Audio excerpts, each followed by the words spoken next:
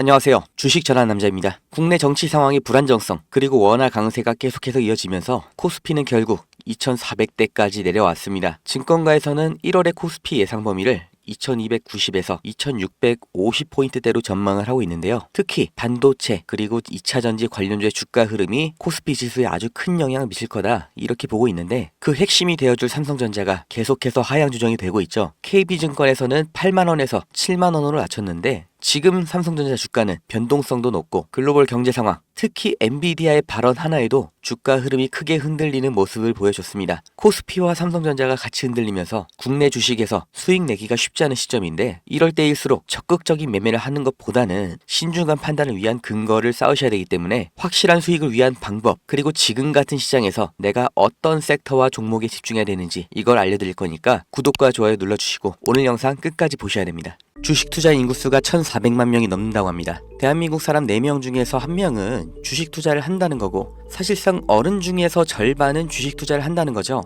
이 대한민국 사람들이 다들 주식을 하는 이유가 뭘까요? 주식 투자가 폭발적으로 늘기 시작한 시점, 이 코로나 팬데믹 때부터였죠. 이게 뜻하는 건 하나입니다. 불안이죠. 일자리에 대한 불안, 미래 소득에 대한 불안, 스스로 대비하지 않으면 안 된다는 이 조급함, 그리고 아무리 열심히 일해도 10년, 20년을 일해도 우리는 집 한 채 사지 못한다. 이런 박탈감 때문에 원금 손실이라는 리스크를 감안하고서 주식시장에 아무것도 모른 채 맨손으로 뛰어든 겁니다. 다들 노력은 했다고 생각하죠.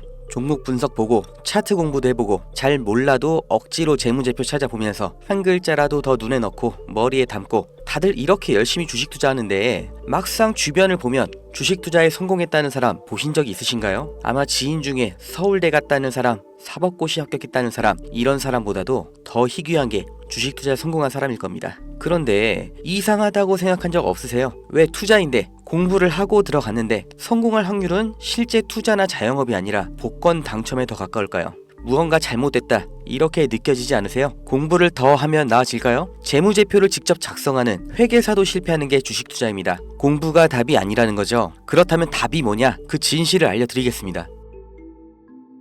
구독자님들, 노력을 안 해서 공부가 부족해서 내가 욕심을 크게 부려서 그래서 주식 투자에 실패한 게 아니에요. 잘못을 해서 실패한 게 아니란 말이에요. 애초에 우리는 속고 있었어요. 이길 수가 없는 싸움판에 맨몸으로 내던져져서 나보다 강하고 무기도 갖고 있고 심지어 이 싸움을 준비하고 있던 누군가와 싸워야 했습니다. 이길 리가 없죠. 한두 명의 운 좋은 사람, 특별한 재능이 있는 그런 사람이 아니라 모든 사람이 다 희생자였을 뿐이에요. 그 범죄자가 누구냐? 코스피, 코스닥입니다.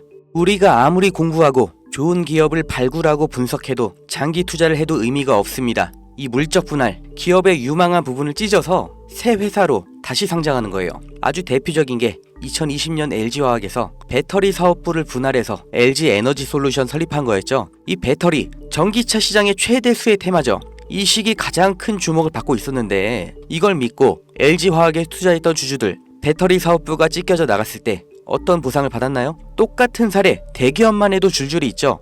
바로 다음 해 SK이노베이션에서 배터리 사업부 똑같이 물적 분할하면서 SK온 설립했죠.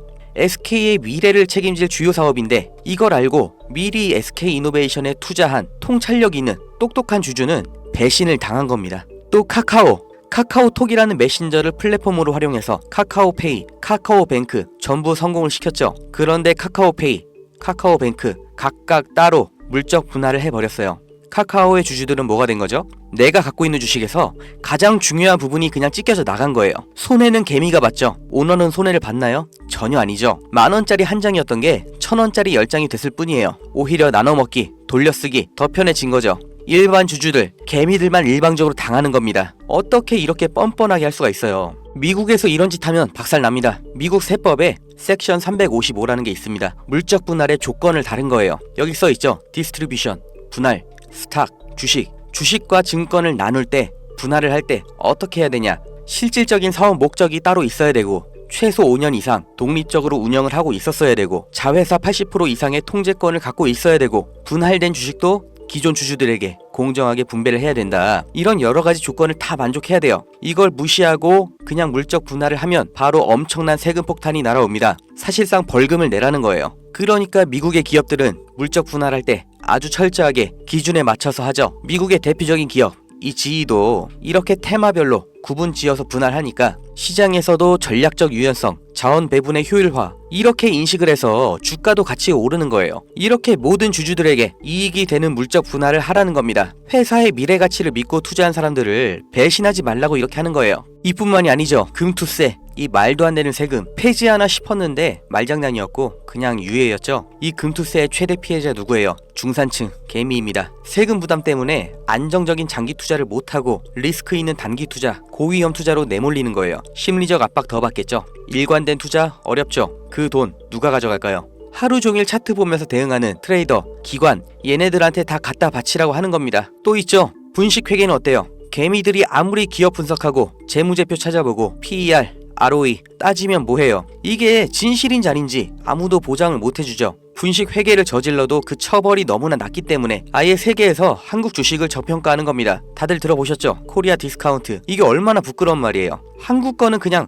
낮춰본다는 거예요. 미국에서 엔론 사태 벌어졌을 때는 CEO가 24년형, 우리나라에서 대우 사태 때는 형 집행정지, 대통령 특별사면, 대한민국의 모든 상장 기업에 세력이 안 붙은 종목이 없다고 하죠. 저라도 돈이 많으면 주식으로 이렇게 장난치겠어요. 무조건 이기는 게임이잖아요. 있는 사람, 가진 사람들끼리 알아서 판 짜서 해먹고 개미들은 아무리 노력해도 결국 당할 수밖에 없는 이 불합리한 콜로세움, 이게 코스피, 코스닥의 정체입니다. 이 짜여진 판에서 개미가 혼자 준비해봤자 그냥 먹잇감이에요. 그럼 우리는 어떻게 해야 되냐? 그 답을 알려드리겠습니다. 들어오세요. 트럼프가 당선 확정되고 제가 무슨 주식을 샀는지, 환율이 1450원 찍으면 제가 무슨 종목 들어갈 건지 이 안에서 다 보여드립니다. 증명은 제가 할 거고 눈으로 보시고 따라오시면 됩니다. 종목 빼가는 유료방 업자인지 구독자님 맞는지 문자로 확인만 할 거고요. 유료 아닙니다. 대가 없습니다. 가입 이런 거 절대 없어요. 그냥 여기 모이세요. 010-2290-8285 여기로 문자 집 이렇게 한 글자만 남겨주세요. 100만원으로 시작해서 집 한 채까지 가는 기적 보여드리겠습니다.